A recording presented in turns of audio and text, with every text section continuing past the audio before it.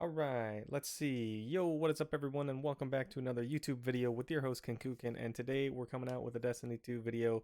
First thing I want to talk about is Destiny 2 content. My Destiny 2 content I will be making weekly. Uh, Once a week. I'm going to be aiming for Mondays, is the day I come out with a video every week, no matter what the topic is on and no matter the quality, just so I keep myself consistent. And then the quality, and when I say quality, very well thought out, time put in it, even if it's a montage of clips and hilarious haha moments or stuff like that, we'll be doing that. So whoops, what we're going to be doing, what we're going to be covering today is just a mashup of Destiny 2 tips. So we're gonna go through, and this clip, I believe, states it the best. We're just gonna listen to this clip, and then I'm gonna go on to the next clip and explain exactly what I mean. You're gonna hear what I've said. I've said it a billion times in the stream, and then you're gonna see it in action. You can, 10 seconds left on the clock. You have life advantage. You can always just pop your super first and just wait, and wait for the push, right? And now you're not popping it reactively.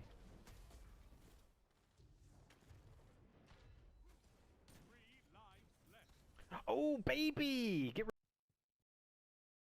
All right, so what that was talking about was using your super to be reactive. Now, this is the actual clip that I wanted to show. I'm going to move this real quick. Boom, there we go. All right.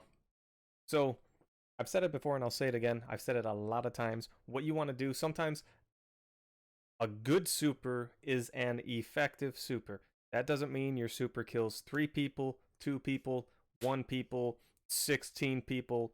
That doesn't make it a good super when it comes to comp survival or trials or elimination. A good super completes an objective that benefits the team for the win, right? Sometimes it is getting a kill, sometimes it's not. So here's a clip on exactly how I employ a super that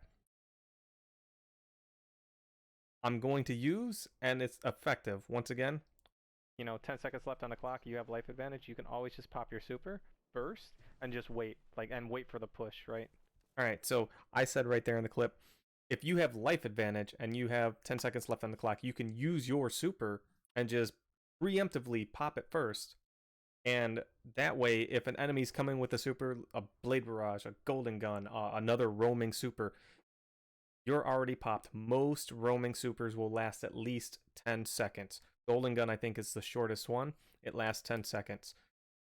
As long as you don't shoot all the bullets out, right? So 10 seconds on the clock, you're up by 1 life. You pop your super first before the enemy team even thinks about pushing with theirs, and now you're just kind of waiting for them. Now they're like, oh crap, they popped their super. Are they pushing? Maybe they hesitate for 2 or 3 seconds, and they're waiting for you to push them, or they pop their super and then they're waiting for you to push them, and you don't. They don't know, right? So you can be defensive with your super and protect your lives. In this instance, though, that I'm going to show you, I do something a little bit different. I utilize my super to capture the zone, right? It was very weird because the enemy had a super too, and they opted not to use it, and they lost the round. All right, so here we go. You gave me all the time. Yep, go reload a gun.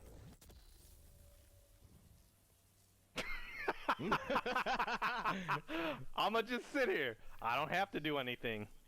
He got what the guy had. That better be the Wardcliff. Too late.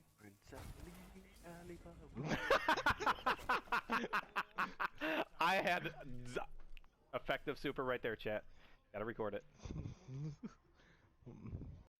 Alright, that was an effective super. I thought that was hilarious. So what happens right there, there are 2 things. Now, we go back to the beginning of the clip. He has an arc staff. I have a Stormcaller. I already outranged him. Now, the arc staff can kill me. I've died to the arc staff many times by underestimating the range of its 3rd hit combo. Not only that, I've blinked over or jumped over, clear over the hunter, and I've gotten hit by their combo, the last hit in their combo where it does the force palm push, and I don't know how that starts. It's like if you were to hold your hand out in front of you, I would, imagine, right, hold your hand out in front of you, one, left or the right, doesn't matter. At the end of your hand, at your palm, right? That's where the blast would start. Sometimes I think the blast starts at the back of the hunter's body, like just the whole hitbox, and just encompasses him in like an aura and goes forward like a like a bell on its side. And the bell is just facing out away from you, right? So it's very weird. So I've underestimated plenty of arc staffs, but I have the range. I pop my super, and the hunter, weirdly enough, he just goes off and gets heavy. I don't pursue this guy. I get on the zone. I have my melee and grenade. If you look at the bottom left of the screen, I have my melee and my grenade on cooldown. I have everything that I need for my super to last long because of Transcendence, and I just sit there. And he doesn't even have the ward cliff. So, guys, if you're going to challenge someone with heavy, right, remember, a super is a super. The super is called super because it's super. The power weapons are called power weapons or heavy weapons because they are powerful or heavy. Last I checked, super is more powerful than powerful. In the scale of things. And normally I would imagine. I don't know if the definitions, differ from that, powerful and super, whatever. I'm telling you, in Destiny 2, supers are more valuable than power ammo most of the time. So realize if you're going to run off and get power, you have you have to know you have enough time to do so. Two, you have to have a weapon that's going to shut down the super you're trying to, challenge, right? He had a single shot rocket launcher. No rocket launcher is going to take me out. Twin tails, right? Suppress and then kill. Ward cliff. Those are the only rockets I can think of there. There's other power ammo that, the bows, I believe, can one-shot me. The 1K voices can one-hit me. Again, he needs time. He needed time to get there. Now, another notion I want to bring up, if you look at the beginning of this clip, it says, boom, there are 18 seconds left in overtime. Let me be very clear about this, chat. I feel like I'm streaming. Let me be very clear about this, people. Overtime does not end when that clock hits 0. The person closest to the flag, the person on the flag, whoever has the most of the flag controlled, none of that matters. The overtime ends. The round ends. Let me be very clear. The round will end when the last man is standing or you've captured the flag. One or the other has to happen. When that clock hits 0, it never ends. Now, if you go into a private match and you go into overtime, it may end 60 seconds later with a draw or some nonsense. I've never seen it end in a practical match. So don't count on it ending. Just remember, you either kill the guy or you capture the zone. Okay? Don't count on that. Oh, don't count on Bungie, or Shaxx all in the time and saying, hey, the match is over. Right? That's not going to happen. All right, now here's another example where this is a 3v2. We're down by 1 life. Somehow this happens. And on this map specifically, I see a lot of people make this mistake when they're trying to capture overtime. So we're going to look through this clip. We're down by a life. I'm probably talking in the clip, so I'll let the clip play out. Or here, there we go. Boom. I'll mute that audio. All right, so we're down by a life. We're trying to get a pick. I'm gonna kind of slightly bait my teammates. It looks like. All right, we got the pick. For some reason, this warlock, it was using arc souls, and he was a pain to deal with. He was the biggest pain on the team. Now here's the part where I want to come up against. Boom. Overtime, capture zone. Just in general, let me pause the video. Just in general, this specific spot right here, heavy tunnel, right? Suicide tunnel on Rusted Lands. I see so many people look down this lane. It's like, hey, they say, hey, I'm going to cover the tunnel or I'm watching heavy. You do not have to be here. You don't have to have your face in there to watch heavy. You don't even have to be as close as I am to watch heavy. But we're capturing the overtime zone. So I throw a grenade down there. I put a rift. I capture the zone out of line of sight of the enemy, right? Nothing forces you to look down that tunnel if you do not have to. All right, let me be very clear. You do not have to look down that tunnel to do something other than uh, kill a guy on the other end. And if you don't have to do that, if you do not have to do that, not I'm impatient and I want to look down this tunnel. I'm not thinking and I want to look down this tunnel. I didn't know that you didn't have to look down the tunnel, Ken. Don't do it, right? Especially when you're capturing the overtime. Because sometimes you're going to want to watch for grenades, right? He threw a smoke on me. Sometimes they'll throw grenades, so you can actually stand farther left or even farther right and stay on the sides of the tunnel and capture the zone. And then you can, why do you use pulse nades? So I can lock down areas like this, and if they run down the tunnel, they're going to be a little bit weak. Most people are just going to be apprehensive, right? If this was our match point versus their match point, I think that Hunter would have just dashed down the tunnel, threw the grenade. He had nothing left to lose but the game itself, right? But if you want to watch heavy, let me see if I walk over the plate. This is where I usually stand. I'll show you where I stand. You can stand under that building and look at heavy with a sniper, and you may miss the headshot or even a primary. You may be able to get the kill, but if you're sniping, you may miss the headshot. Like the head may not come into view if you're under that building. Or I don't really stand there, but kind of where I'm standing, it looks like I'm on the grate as I turn around right here. If I'm farther left and back on this grate, you can just look at the heavy. When people say I'm looking, I'm watching heavy, or when I say I'm watching heavy, I mean I'm looking at heavy. I'm not looking at the guy coming for heavy. I'm looking at heavy, and when the guy gets to heavy, I will see him before he can pick it up. Like, he can't pick it up without me seeing him. That's what I mean. You want to position yourself in a location when you're watching heavy. You want to put yourself in a location where you can safely watch heavy to the best of the map's ability, to the best of your ability, and whatever the map will allow. Safely look at the heavy and look at it from an angle where you're not looking for the guy getting to the heavy. Once they get to the heavy, you just shoot them, right? The only thing that's going to stop you, maybe an invisible guy shows up, someone runs by and pulls your aim away while the second guy grabs it, or probably the more likely and worst case scenario is a Titan puts a Titan shield down, and now you can't stop them from getting heavy. It happens. Just be aware of it when Titans are in a match, and you should be fine. So remember, try to capture overtime from a safe area. You don't always have to look at the enemy. They have to come to you. I would not have stood here. And my teammate was on the zone as well. Normally I would have my teammate capture this zone, but I'm glad I did for the sake of this clip. I would be standing up to the top right, making sure no one's coming up from the top, and I'd have my teammate on the zone, hoping that they're not looking down the tunnel getting shot. Like, you don't have to actively engage to capture a zone. And here goes another clip where we cover supers. This is me on an arc staff. Let me go ahead and play the clip, and we'll come back to it.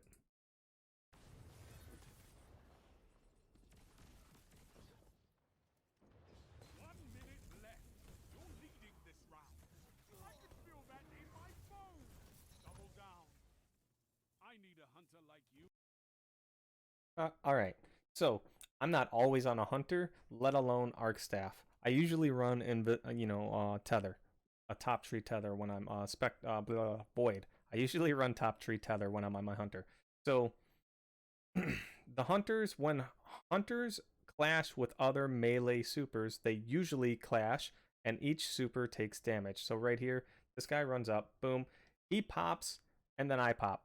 Normally, I would not tell people to pop reactively after a super, but if you are comfortable and you have good reaction time, right, which I feel like I do, as soon as he popped, and I may have been thinking it already, yeah, I'm just going to pop on this dude.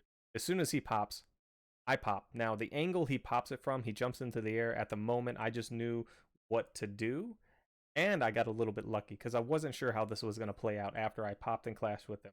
So when we clash, I'm like, all right, I know the next move, the fastest attack is for me to R2. So I'm walking towards him in case he's walking away to R2. I actually walk behind him, and he doesn't even know what to do. He's still confused. Boom, R2. The Dawn Bladers ran out. I know my radar is telling me where the Warlock was already, and I dodge out of instinct, and then I catch him on my radar, and it's like, boom, R1, R2, right? Razor's Edge has increased range, and some people sleep on it. Some people would have just R1, R1, R1 at that dude, and I see a lot of people miss opportunities to actually catch and kill people. Just an R1 into an R2 gives it a little bit extended range on Razor's Edge, versus where I do the where I R2 him, that's less range, right? Because it's not a combo. If you combo R1, R2, boom, it has more range. You may not see it, you may not notice it, but it is there. And it has a pretty big hitbox too. So you're just gonna walk all over people. Now we have another video, another clip that covers supers. This is I've covered this before. I'll cover it again. It's been a long time. Most of my super videos are pre-Forsaken. So this is, like I said, this is a collective Destiny 2 tips video where I'm just covering multiple points at the same time in one video. Because there's a lot. There's a lot to say, and it's, I'm just trying to cover what I have in clips at the time. So what I see people do is I'll ask people to, hey, open with your super. And I think some people don't know how to open with your super. So one of the things you want to do is I'm sure I covered in prior videos somewhere in my Destiny 2 video clips on YouTube, where you want to move from cover to cover. It's like any other game that you've played with a cover mechanic, like a good game, Division or Division 2. If you've played it, you kind of know what I'm talking about. It actually builds in where you move from cover to, you take cover and you look to the next cover, press and hold X, and your guy just sprints to that next piece of cover. Right? So you're moving from cover to cover. You're not really doing that in Destiny 2. I'm not hiding behind any walls and then sprinting to the next wall. Sometimes I will do that, but it's very rarely. But when I'm opening from around, I just know how far I can run because I've ran these maps so many times, and I do the same, sprint, I jetpack, I have the same movement almost all the time, and I just usually know how far I can get before enemy teams engage with me. So here we go. We're going to open up with this super from relative cover. Don't know why. Someone's being passive. Sorry, that hit a lot of my back, I bet.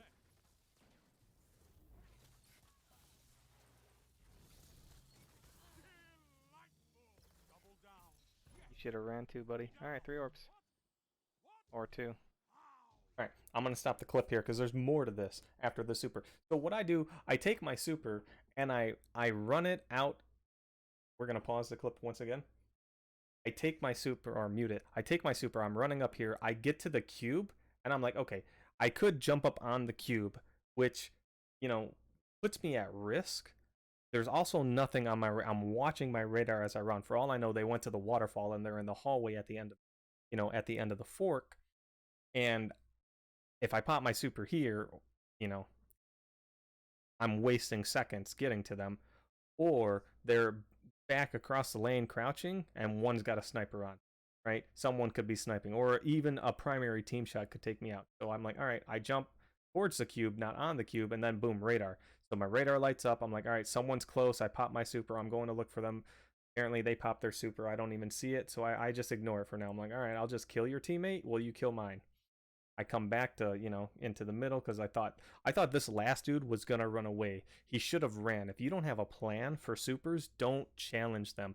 Now, if you are confident in your challenges, shotgun, melee, you're comfortable, you do it all the time, go for it, go for it, go for it. But I will always say, take the less riskier approach. Play your life, that's more important, and get out while you can. All right, so now what we're going to do is we're going to play this clip out because reading spawns is important. If you did not notice, one of my teammates dies right now, right there. They die to the other storm transit. There's a little X on my mini map at the top left of the screen. So, I like on symmetrical maps. This is a symmetrical map. Wormhaven is pretty symmetrical. There's always a problem with symmetrical maps, and that's reading spawns. One of the easiest things to do in Destiny 2, even without a symmetrical map, but symmetrical maps are even more so easier, and the linear ones like Wormhaven and Convergence, right? this map in Wormhaven, and I think I have a Wormhaven clip that'll come up here in a little bit. The map is linear. It is symmetrical. It's easy to spawn trap. I hate it. I hate it. I hate it. But realizing where your teammate spawns, or even my teammate should have called up, they should have called out, hey, I spawned at, I think what that's A side spawn, or he would have said spawn flip, right? It would either or, and I would have known, and then my teammate next to me would have known. All right, they're gonna come from the other spawn. So here's what happens. I notice that my teammate spawns the other way, or it's called out. I'm not sure, and I come up here for the spawn snipe, and here comes, here comes number one. Boom. Let me touch on this. These are not miraculous snipes either. I didn't just take 3 people down. You'll see that in a second. But what I do, when you cut that corner, you got to be very careful. Once you lose the initial engagement, you don't know how far the enemy has pushed into your spawn. Like, you don't know that. Not only that, as the enemy team, if that was me and I spawned up on the enemy team, and we killed one of their teammates, I would know that they know where their teammate spawned, so they know where we spawned. I say that in my head all the time. And I just kind of prepare myself when I cut this corner specifically where that warlock came from. I'm ready, in my mind. My muscles are ready. My hands, are kind of like clenched. I'm ready to slide, jump, anything to get out of the way of a team shot, grenade, snipe, whatever, right? So I get the Titan. He doesn't know. He commits to the push too, which was very crazy. Here's another one. I say this a lot. I say this a lot. So this is we're covering a lot of supers in this video. A lot of things about supers, which is fine. I like that.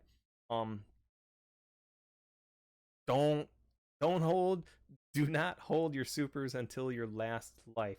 If you are popping, this is my team's match point. I've said this a lot of times, and here's the scenario. It's my team's match point is here.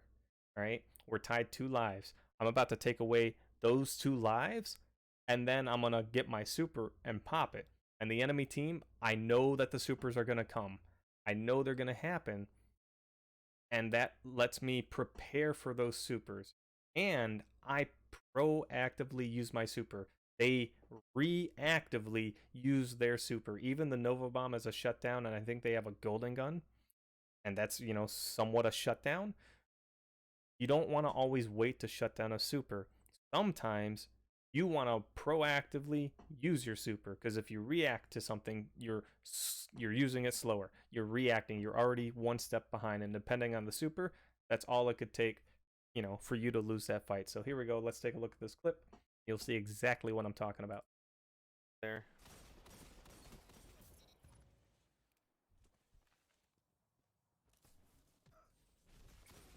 Enemy team is out of lives. The toilet is not a place that'll save you. Oh, you're done. Right there. Golden gun. Dead. He was dead. He was dead. I was so close to him. There was nothing he could do. He had to pop and just pull the trigger. He was out of lives. So he already put himself close to a corner. I say this a lot as well. Don't stand near corners where people can come around, pop their super on you, and kill you, right? Especially melee supers. You need ample distance to use your super. Continue with the clip. That'll save you. Oh, you're done. Bye. 1 minute left. The enemy is out of second chances. No lives left for. Yeah, they're all babies with their supers. When you're dead, one opponent stands. All right, and that's the end of that round. That is the end of the game. They get no more chances. Now, the Warlock was probably the luckiest out of the group. Right here, if you're paying attention, I actually blink into this little side panel right there. Boom, that catches me. If I would have actually got my blink off and went forward, he probably would have killed me. But because I messed up my blink, that probably threw him off, or maybe it didn't throw him off, and it presented me a better opportunity to change my direction, and it just gave him a less opportune moment to kill me. Now, the Sentinel shield, he popped. Okay, he popped as I dodged the Nova Bomb. So he popped preemptively but reactively. He didn't wait till he was on me, but he knew I was in the area. He popped a super. He tried to attack. The Stormcaller is really powerful. It's going to have a lot of range and distance, number one. Number two, the Sentinel shield's hit registration is bad, bad, bad, bad. I love the class. I would love to run the class more. The Middle Tree Sentinel, I would love to run that class and subclass more. But the hit registration is busted. It's not good. It's not on the level of Spectral Blades where they hit nothing and kill you. The Arc Staff it'll swing on the ground and go in a vertical direction up, just straight up, and hit a guy. Like, their tracking is downright phenomenal. This guy, you can hit people in the head 1, 2, 3 times and they walk away. Has nothing to do with lag. That is straight up just bad hit registration. And it looked like I don't know, it just looked like they weren't ready. They were slow with their reaction. They didn't know what to do. At this point in time, I would have I would have tried to throw the shield at me to make me move and blink, and then get ready to block because I'm gonna zap him, right? And he's got to assume that he has more super energy than me because I've been in my super for a little bit. And he's just he should wear me out. But instead he tries to attack me. He's far away, and I just come out victorious 100% right there. So again, don't hold your supers till you're out of lives. It's the enemy team's match point. Don't really reactively pop them. And shut down supers, be very careful. If you can shut something down, that's great. Don't wait for the condition to always be fulfilled, though. If the condition is fulfilled at the moment, use it. If not, try to find a way to just get some kills, make some orbs, and build up your super. Yeah? Alright, here we go. This is a clip where this is going to cover sniping. We're going to cover sniping in this one. Now, I'm not the greatest sniper, but one thing that snipers do in real life, I believe, or you at least see it in the movies, a sniper snipes, and then they move, right? So once a sniper is spotted, they usually get up and move, or they're in trouble. That's usually what you see happen in at least movies. I don't remember what the movie was called, but it was I think the sniper was Vasily, the Russian sniper during World War I or II. And I remember one of the scenes where, they just would have to be very patient, and if they got spotted, they had to move because now their cover is blown. They know where you're at, or where they're at. So this is a clip where I snipe at a golden gun. We're gonna go ahead and play it without the audio. So he goes to the right. I snipe this dude once. I body him, and then I move, right? This guy, boom, he sees me. So all I do, I make one small adjustment. You can use this against snipers, against people with scout rifles, against golden guns, against anyone. While he's in cover and he's popping his golden gun, so he's going into third person. So this is, as I'm saying this, I'm thinking, how did I actually get the drop on this guy? But it worked. So use it. I reposition myself. I'm to the left, kind of by cover. He pops golden gun in cover. I move to the right. Boom. I just move. The fact that I got a headshot there was ridiculous, but I just moved to the right. Instead of staying in the exact same spot, I just change my angle slightly, especially against snipers that miss their shot with, whatever, and they go to, they take cover and come to peek out. Just adjust your angle a little bit. Just move out of the same position. And if you can, try not to be in the same head level, because they're going to be aiming for that head level and they're just going to strafe out and look for their cursor to line up, right? Their reticle is going to line up with your head. They're going to pull the trigger. So, see if I can explain this properly. Because this guy was to the left, right? He comes up and out. I'm to the left. He's to the left. I move to the right.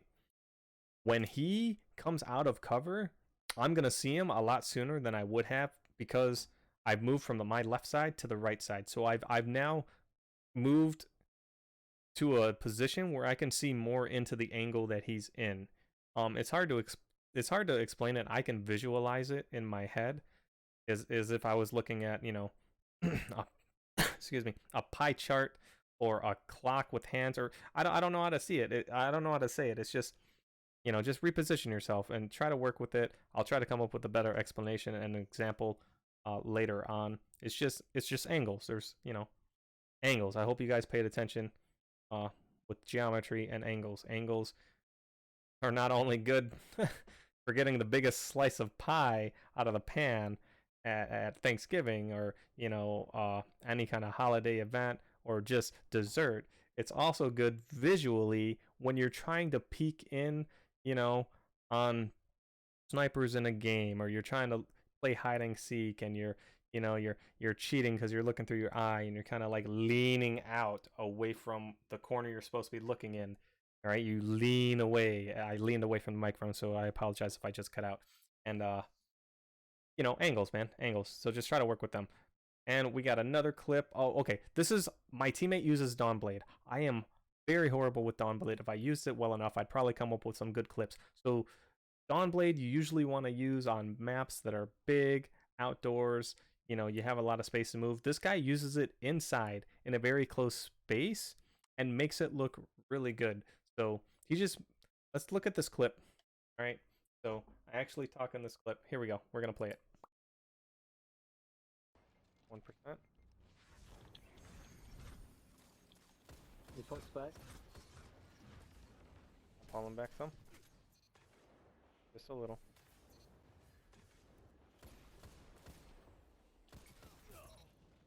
Good job. How did you do that Dawnblade? You swung Icarus Dash, Icarus Dash? Is that what I seen? Oh, that looked very clean. I should clip that. I'm homework once the test. All right. So what happened was, in this small space, where's he at? Here he is. All right. So here we go. Dawnblade. He got a kill, right? So he threw his Dawnblade, Icarus Dash, threw his Dawnblade, Icarus Dash, right? So he's not staying stationary or stagnant in that little area. He used that movement very well. Now, nothing says you have to Icarus dash twice immediately, but that is, I just wanted to throw that out there since we covered supers quite a bit so far. That was a very good super to watch and see. This clip. This clip, guys, I gotta say this, I've dodged blade barrages before. Some people will shade step, some people will jump hop, do some crazy stuff. Sometimes just sidestepping works. I wouldn't recommend it. It just worked out this time. But against a Jotun user, anyone using the Jotun, the Jotun, the Jotun, the Yeeton, whatever you want to call it, just pick a direction. Strafe left, strafe right, and never double back. Don't try to wiggle. You're going to get caught. Either just walk left or walk right. Don't crouch walk. You're too slow. Walk left or walk right. Now, this is a blade barrage, but just imagine, you know, a Jotun. 9 times out of 10, you're just going to survive Jotun. This guy, I'm not aiming down my sights. I didn't sprint in one direction. I just walked to the side. All right. Just, it's very crazy that they missed at all. There was no one else they were aiming for. They weren't looking to get 2 people at one time. They just, I don't know, their sensitivity was too low, maybe? All I did was just strafe to the side. Now, if you're aiming down your sights and moving left and right, you're going to have lower movement speed. You're going to strafe slower.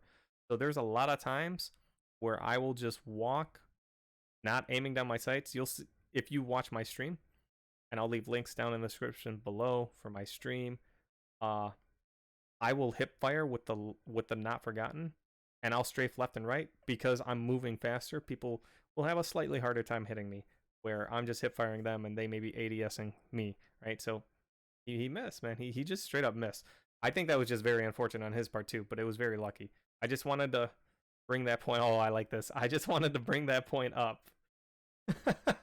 I just wanted to bring that point up. I can't stop laughing about this clip. I wanted to bring that point up for the Jotun. Now, if they bring Trials back and it's elimination style, or you're playing elimination, you like it, or revives come into survival at any point in time, guys, do not farm your teammates. Do not farm your teammates. Do not farm your teammates. Here's the clip. Here we go. Enjoy. Revive was there. Oh, get that revive so I can snipe it. Booyah, baby! He's coming back for this one. Oh, damn. I missed the rest snipe on that. You can't farm your buddy's special ammo, can you? Oh, yeah, I'm getting that snipe too. Booyah, baby! He was getting them hard. There you go. That's why the Titan wasn't moving. He was.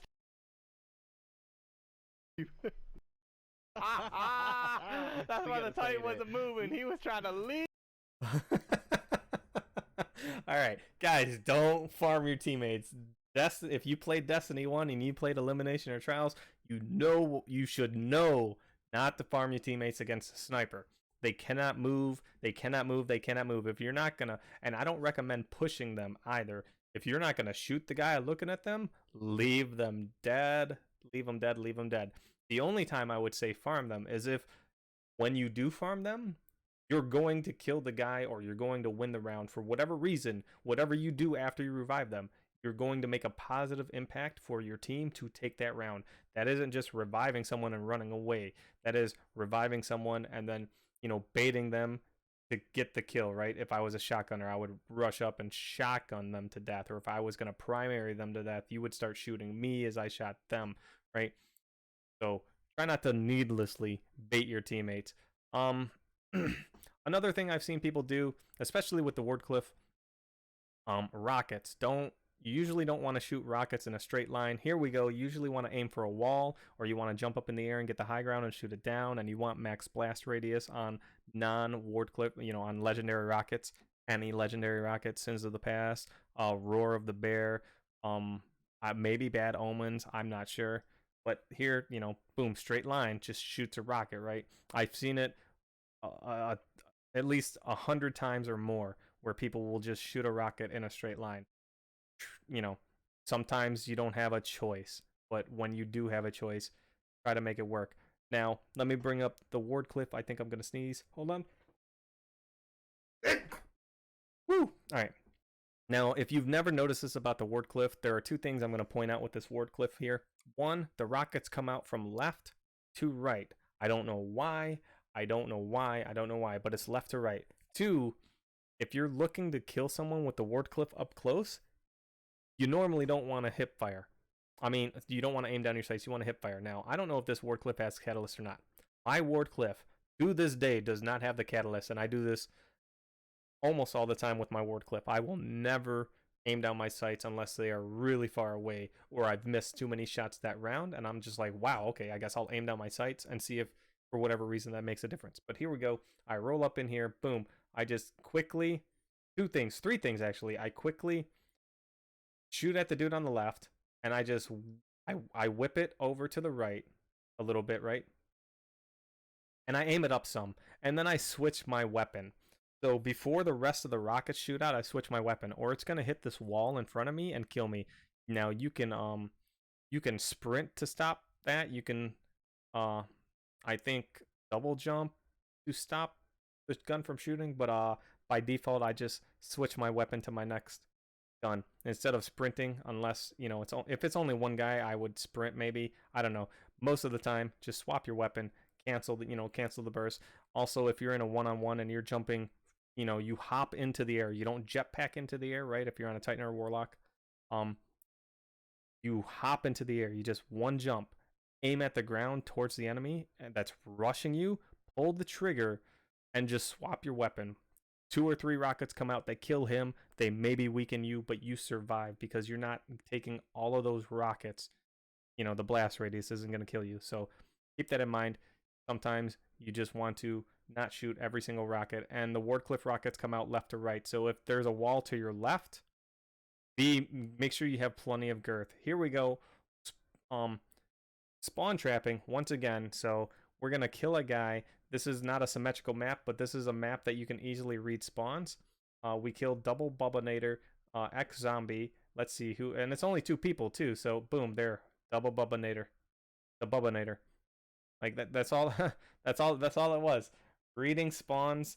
Once you learn how to read spawns in this game, you're gonna make the game more frustrating for the enemy team. Guys, thank you so much for watching the video. If you've made it through all the way to the end, and I hope you did, we covered a lot of tips for this. Hit the subscribe, hit the like, leave a comment if you want me to cover a specific topic in the future. I'm going to go back to some of the older Destiny 2 videos that I did, about a month ago.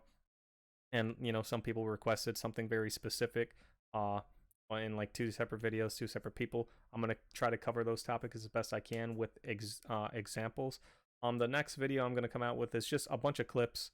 I'm just going to mash them all together and just, raw, unedited.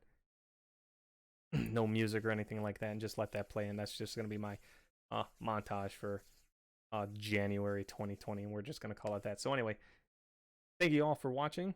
Have yourselves a wonderful day, and I will catch you all next time.